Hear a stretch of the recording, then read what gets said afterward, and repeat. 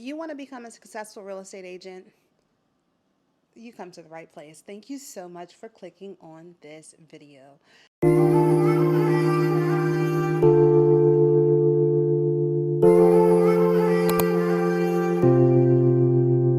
Guys, if you've never seen my face before, I am your girl ShannonMone't. I make so much content on daily vlogs, mom life, lifestyle, how to become your higher self, how to glow up.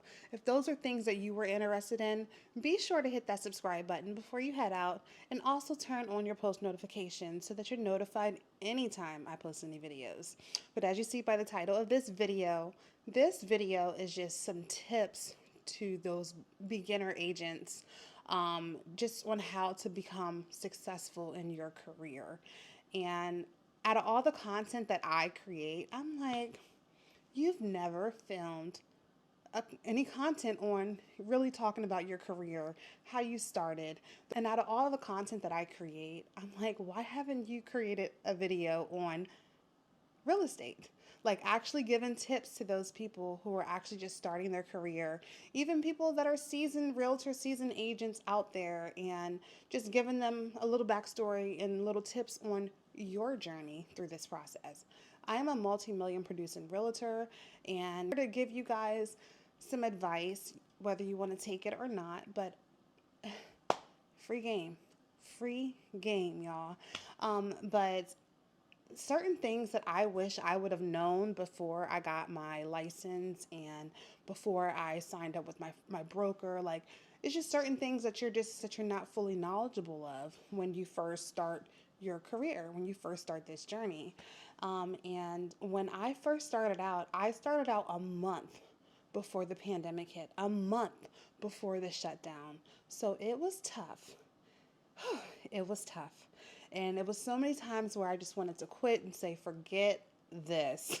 But I always remembered my why, and I've always seen myself as an entrepreneur, as, being able to leave a legacy behind for my children.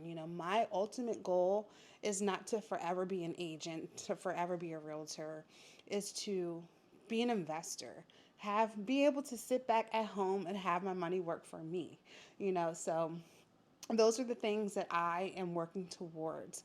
But I've been a realtor for 5 years. 5 years this month, actually. 5 years this month. I've made it 5 years. Whew. And I say that because a lot of realtors, and when I say a lot, almost 80% of realtors don't make it past their first year. Almost 80%. That is a lot. A lot.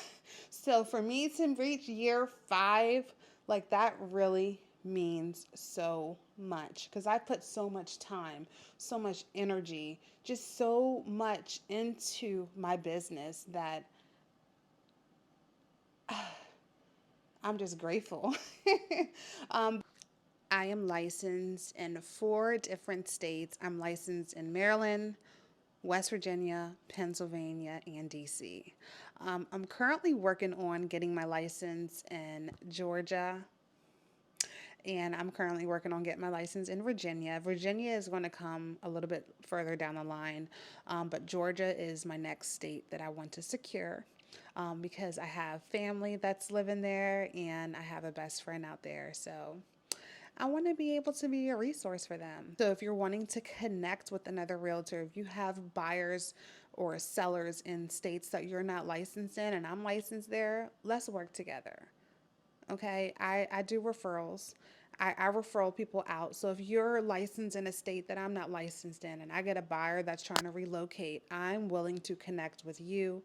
I would want you guys to pay me a referral fee, of course, but vice versa.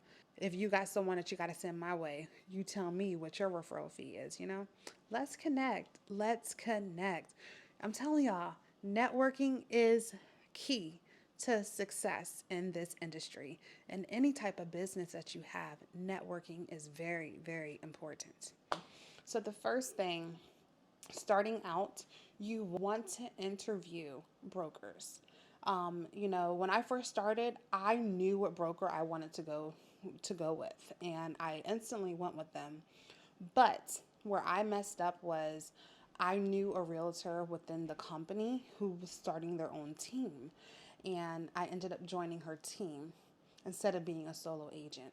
So you can join a broker and work solo, or you can join a broker and be a part of a team. I'm not against being on a team, but you gotta be under a team where your team leader isn't greedy. Yeah, I had a team leader that was greedy, and she gave me like the shit end of the stick. Like, she gave me the rentals. She didn't give me the buyer leads, and when you're under a team, your team, not only do you split commission with the broker, you split commission with the broker, and then you also split a portion of your commission with the team leader, whether it's a lead that you brought in or a lead that they gave you. And this lady would always give me the rental leads, and she would have so many buyer seller leads. She gave me one buyer lead. I was with her for almost a year. So I do, wish that I would have done differently, but you live and you learn. And I've learned so much being under her because she taught me a lot.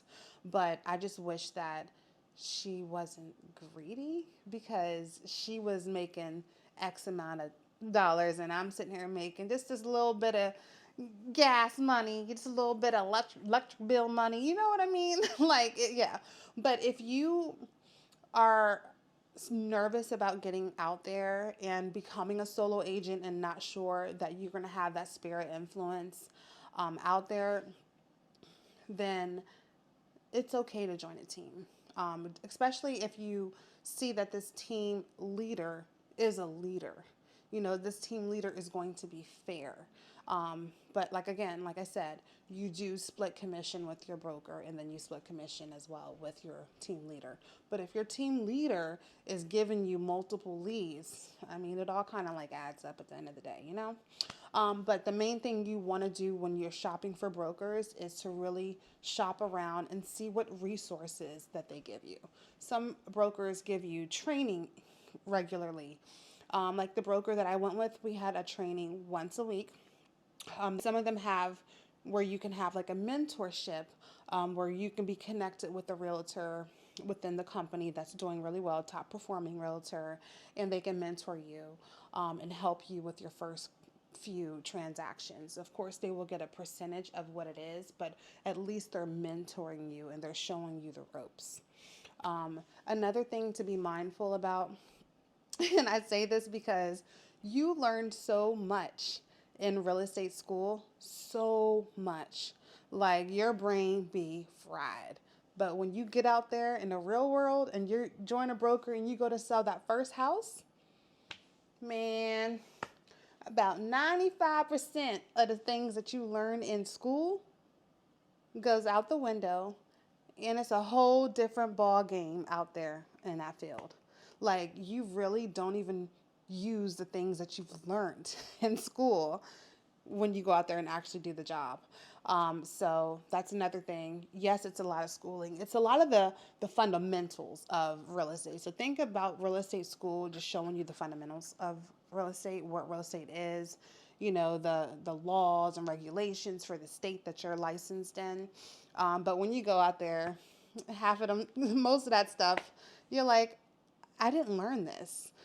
So just be mindful of that. But that's why I said it's good to have a mentor. And even if you're on a team, even having a broker that is okay with you reaching out. Like, if you have a broker that feels like you're bothering them when you have so many questions, that may not be the broker for you. Because if I'm succeeding, you're succeeding. Because when I'm closing on deals, you're getting a percentage of what it is that I'm making. So also be mindful of that. Another thing when you're shopping for brokers, you want to see which broker has the best commission split. Some brokers have a 70-30 split, where 70% is for you, 30% goes to them. Some have an 80-20, where 80% goes to you, 20% goes to them. Most brokers have it where You can say if I join a broker that has a 70/30 commission split, then they have a 1 year cap. A 1 year cap means if I make a certain amount based off of this commission within the first year, then I cap at that and I can end up getting 100% of my commission. But then once that year ends, it starts back over. So, if that makes any sense. So, like, say for instance, my broker says you have to sell $1 million in real estate, $1 million in real estate. And once you hit that $1 million mark, you get to keep 100% of your commission. But once that year hits, it starts all over again. Then you go back to 70/30. So some brokers do have that. There are some brokers out there that are 100% commission, where 100% goes to you. But those are the ones that may have more of a fee monthly. So just shop around. Shop around. That's most importantly, is shopping around. Another thing you want to do is you want to make sure you find your 3 pillars of business.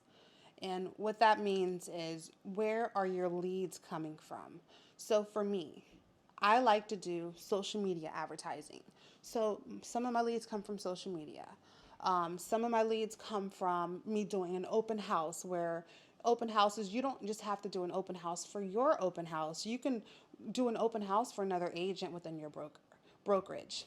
So if you're doing an open house, the people that come in unrepresented, you can try to get that lead by letting them know, hey, if you don't have an agent, I'm willing to help you. If this house doesn't work out for you, I'm willing to help you find another house. So that's another way of getting leads. And then cold calling. I know some people are nervous about cold calling, and that is one thing I actually hated, was cold calling. And then there's another way you can do it. You can do door knocking. But when I started out during COVID, ain't nobody was knocking on anybody's door. So cold calling is what I did the first few months, and honestly, I didn't like it at first because I got nervous of what to say to people. So building that communication, developing communication is very important. Learning how to talk to people, just overall your whole tone, your customer service, all of that plays a part in how you get your leads when you're doing cold calling, because that person on the other end of the phone has never met you. So you're calling expired listings, you're calling withdrawn listings, and you're just randomly calling from a list that you got for possible buyers or possible sellers, so they don't know who you are. So that voice, that tone, that person on the other end of the phone that they're talking to, you need to be knowledgeable. You need to have confidence. You need to have the right tone. All those things play a part in getting your leads. And then there's another way of getting leads. I started out at first, I was doing where I would pay for leads. So I would partner with Zillow, and I was getting leads from Zillow in the very beginning. And a lot of this can cost money. A lot of it can cost money. The good thing about being in real estate, it's a tax write-off. So, a lot of it does cost money, though, if you really want to invest in your business. Now, the Zillow leads actually worked out for me a little bit. I was able to actually close one deal through Zillow. So I'm not going to say it didn't work, but for the money that I put into it, I feel like I did get my money's worth because I was able to close one deal. And I partnered with them for about 6 months. Another thing, their brokerage may have a partnership with Realtor.com, which is like one of the most popular, just like Zillow, one of the most popular sites out there. So you can get leads through OpCity. OpCity is where Realtor.com would actually, the platform that they use to send leads to you. So they're warm leads. They're people who are ready or looking, but sometimes you have to verify if they're already working with the realtor, because you don't want to work with someone who's already working with someone. You know what I mean? Because at the end of the day, you may be doing some work that you shouldn't be doing because that other agent about to get paid, not you. Yeah. So always verify that the person is unrepresented and it's in a contract, not signed and sealed. If it is on a binding contract, then yeah, that's not your client. So that's another thing to be mindful of.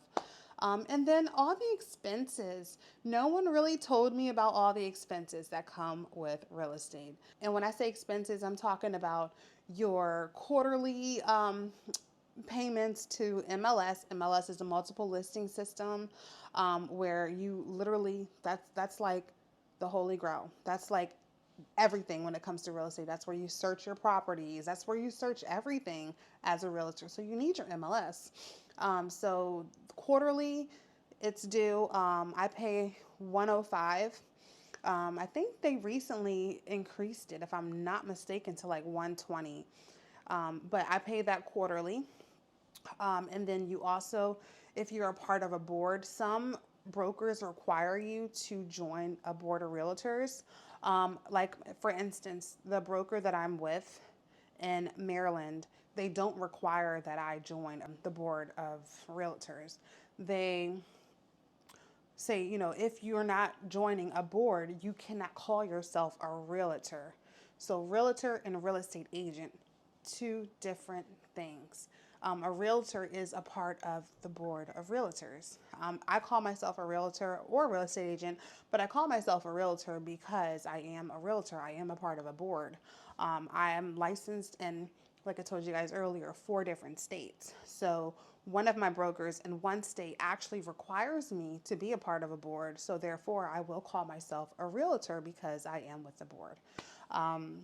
But when you are with the board, you get access to Sentry Lock. Sentry Lock is the electronic lock boxes, where you just use like a certain pen to do that. But the boards are not cheap.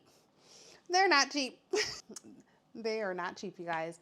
So the board that I'm with, I actually pay $950 a year, and it's due every December 30 before the 31st, before the end of the year. So you have to pay for it before the end of the year for the following year. So just know that certain expenses can get expensive with being an agent. So those are things that you do have to upkeep, though, in order to keep your business afloat. Another thing that can get expensive is marketing. But marketing is very, very, very, very, very important. I emphasize very, very, very, very important, because how else are you getting your stuff out there? Yes, your broker may market you, but you have to also do some legwork. You need to get postcards, do flyers, use social media, pay for certain ads to be ran. Canvas around neighborhoods. Like if you're trying to like work with first-time home buyers, a good thing would be to go ahead and go to those communities where you think people are looking to buy homes. So like, for instance, go into an apartment complex. A lot of apartment renters are looking to buy a home in the future. Or some people may just be wanting to rent because they don't want that responsibility of being a homeowner, so it can go either way. But you're likely to have really good business when it comes to first-time home buyers by seeking out and looking into apartment complexes. So that's just free game right there, free game. But one of the really big things that I want to talk about is time management. This is a business. This is your business. You have to know how to time block, how to schedule things. Like, it's very, very, very important. And I'm telling y'all, when I'm emphasizing these varies, it's because it's important. It's very important for you to prioritize your time as a realtor, as a real estate agent, because you have to find time to cold call or to talk to people or to say, when I first started out, I was time blocking a lot. That's what you learn when you first start real estate, is how to time block. Setting time aside for certain things, blocking out certain areas of your schedule to do certain tasks. For instance, I like to cold call in the beginning. I was a little nervous, but I built the confidence as time went on. But I cold call from like 10 to 11. So from 10 to 11, I know I'm not doing anything else but cold calling. And then I had times where I said, okay, I'm going to hop on social media. So social media, I would go on social media for an hour, maybe from 12 to 1. I would literally time block, set aside time for certain tasks just to market myself, and you need to make sure everyone around you knows you're a realtor, knows you're a real estate agent, because it's also word of mouth. Word of mouth. Your network is your net worth. If you're networking, talking to people, letting them know what you do for a living, that's what's going to get you that clientele. And don't always think that your family is going to support you. Sometimes you have to separate business and family. Most of the time, those strangers, those people that you don't know, will be your biggest net worth versus family. Yeah, you can tell your family you're a real estate agent, and they can tell whoever they know, their friends and their family. It really all depends, but just knowing that you out there networking with other businesses or other people, just letting people know, marketing yourself, letting them know, hey, if you ever know anyone looking to buy a house, sell a house, hit me up. I also let people know that I help with rentals, because not everyone's ready to buy, but that renter will eventually turn into a homeowner down the line. Or that renter that you helped out can tell someone else who may be interested in buying. Or that renter that you help with that voucher. Like, I don't discriminate. I do vouchers. I help you if you got Section 8, but how's your credit? Like, I'm not no miracle worker. How's your credit? Credit means everything. So, just being mindful of the people that you're working with, because I will say in the very beginning, I wasted my time a lot. A lot. So now I'm out here, million producing agent, I'm selling multiple homes. I feel like for this year 4 was pretty good. Now year 5, I feel like your girl's gonna knock it out the park. And I'm not saying that to be cocky. I'm just saying that because of all the things that I've learned. This journey has taught me so much, that I feel like this year is going to be a really good year in real estate for me.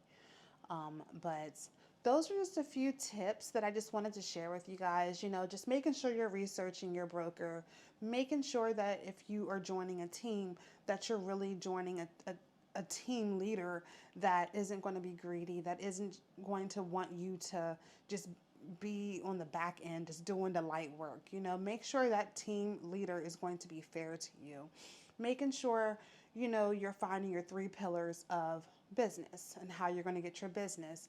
Making sure you are marketing yourself, you are connecting and communicating with people, letting people know that you're a realtor, that you do real estate. So those are things that, I just wanted to share with you. Also, making sure you're putting money aside so that you can pay for your expenses. Yeah, you might be getting this check, but you need to have money set aside to pay for your board of realtors if you have to join one, to pay for your fees for your MLS dues, things of that sort. I did have someone ask me, how much do I make? Now, how much you make, again, can vary depending on your commission split with your broker. So, for instance, if I'm with a broker where I make 70% and they take 30, so let's just throw out a number. I'm selling a house. Let's do some math real quick. I'm selling a house that is $500,000. Okay.